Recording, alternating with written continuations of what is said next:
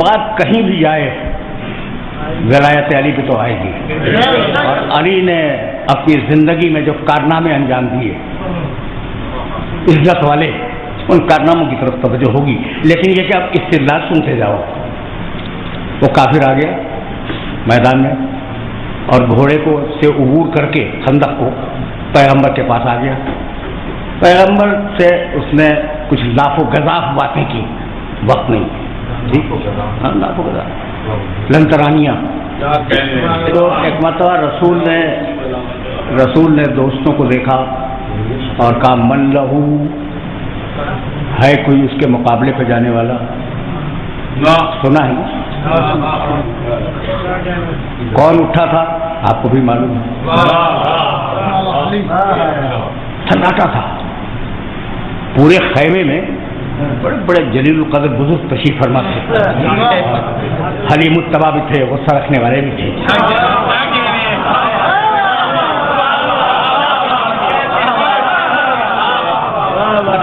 ہر قسم کے لوگ تشریف فرما تھے. ٹھیک ہے نا. من لہو سناٹا تھا.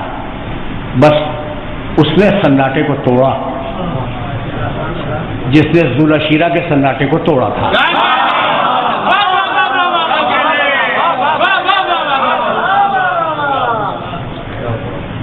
انا لہو یا رسول اللہ، اللہ کے رسول میں جاؤں اس کے مقابلے پر؟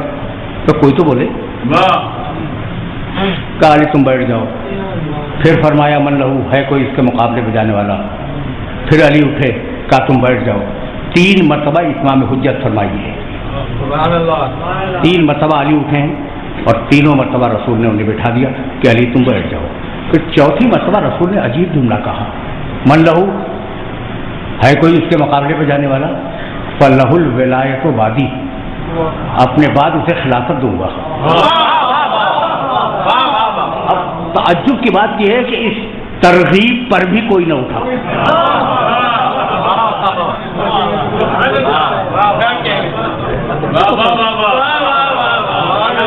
بھائی اگر تمنا ہے، اگر منصوبہ ہے، اگر کوئی پلاننگ ہے تو یہ ترغیب ہے نا. فلہ الولایت بعدی، میرے بعد اسے میری جانشینی ملے گی.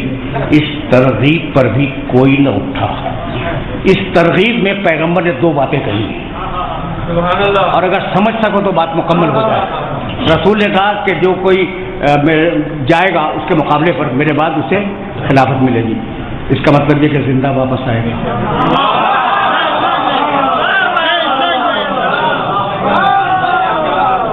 اور دوسری بات یہ کہ میرا جانشین بن جائے گا. بس ٹھیک ہے نا، توجہ رہے. واپس آئے گا زبان رسول سے نکلا، ورنہ خلیفہ کیسے بنے گا؟ ٹھیک ہے بھائی، توجہ رہے. تو زبان رسول سے نکلے ہوئے جملے پر بھی لوگ نہ اٹھے.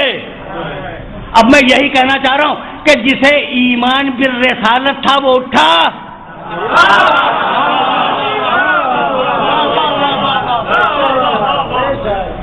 میں نے رحمت دی اور اب واقع دامن وقت گنجائش نہیں ہے. اجازت ملی اور علی تلوار کو چمکاتے ہوئے آئے. علی میدان میں بھائی جملے کے لیے رحمت دی ہے اور یہی بات مکمل ہو جائے گی. علی جب چلے ہیں نا خیمے سے، رسول کا امامہ، رسول کی ابا، رسول کی تلوار لے کر، تو باہر نکلتے ہی تلوار کھینچی اور یوں ہلاتے ہوئے آئے میدان میں. اور جب ہلاتے ہوئے میدان میں آئے تو آ گئے نا عمر کے سامنے، تلوار نیام میں رکھ لی. یہ ہے معصوم کا کردار. تلوار نیام میں رکھ لی، عمر کے سامنے کھڑے ہوئے اور کہنے لگے کہ میں نے سنا ہے کہ تو 3 باتوں میں سے ایک بات قبول کرتا ہے، اسلام لا. پہلی بات کہنے لگا کہ اسلام تو نہیں لاؤں گا. اچھا پھر دوسری بات، واپس چلا جا. کہا واپس نہیں جاؤں گا اس لیے کہ اگر چلا گیا تو عرب کی عورتیں ہنسیں گی. بہادر بھی تھا اور غیرتدار بھی تھا.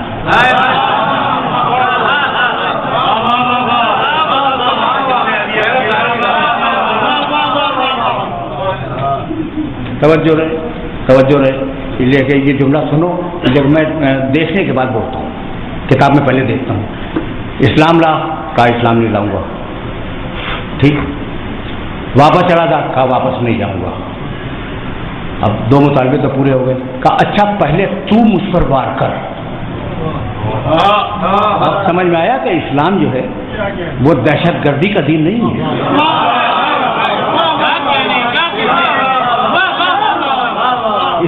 اسلام جان بچانے کا دین ہے.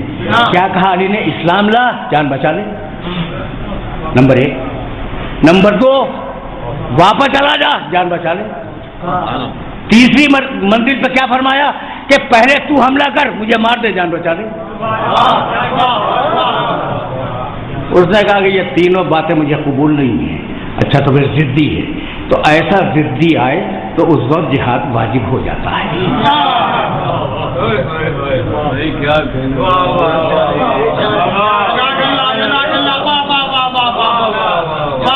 بہت باریک بات میں نے عرض کر دی، اور اب میرے پاس وقت میں واقعی گنجائش نہیں ہے اور گفتگو کو تمام کرنے والا ہوں.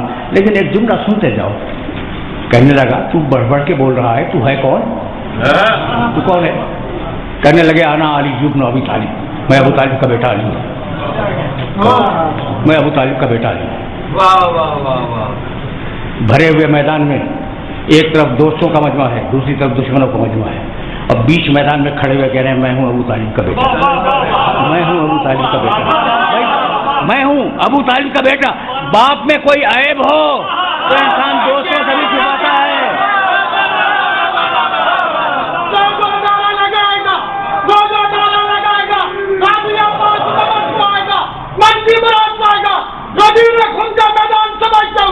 دونوں ہاتھ بھی دونوں ترنت کر کے پوری طرح سے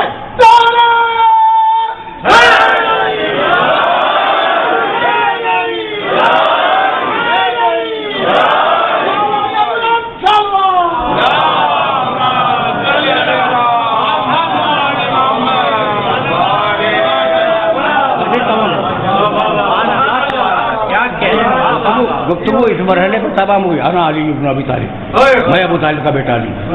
بھائی باپ کا نام لینا ضروری ہے؟ بھائی آج تو کوئی نہیں لیتا، آج تو کوئی نہیں لیتا. اس زمانے میں بھی بعض لوگ اتنے مشہور تھے کہ صرف اپنا نام بتاتے تھے. ناز تھا، تمکنت تھی کہ میں تو مشہور آدمی ہوں، باپ کے نام کی ضرورت کیا ہے. لیکن علی اصرار کر کے کہتے ہیں انا علی بن ابی طالب، میں ہوں ابو طالب کا بیٹا علی. اب جو بھی میرے سامنے آئے وہ بھی تو بتائے کہ کس کا بیٹا ہے.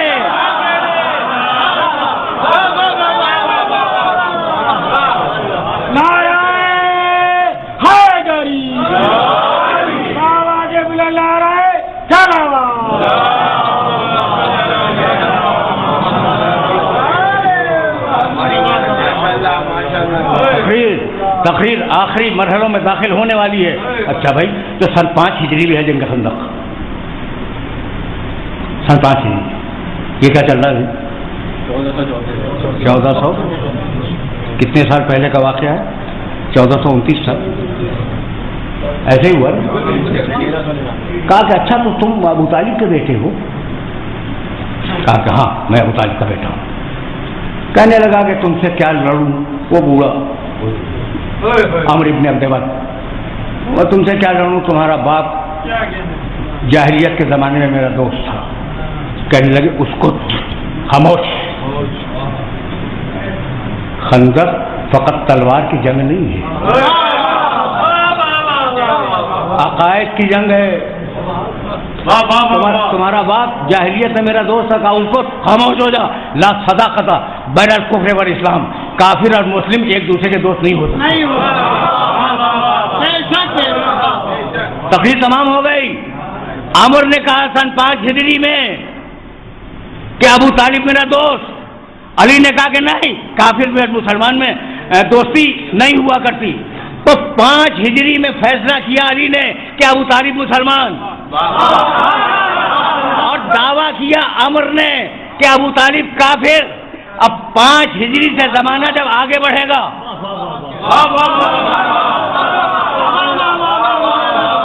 اور 1434 ہجری میں تم آ جاؤ گے تو نہ علی کی نسل ختم ہوئی نہ عامر کی نسل ختم ہوئی. جو علی کی نسل سے ہوگا وہ مسلمان کہے گا, جو عامر کی نسل سے ہوگا وہ کافر کہے گا.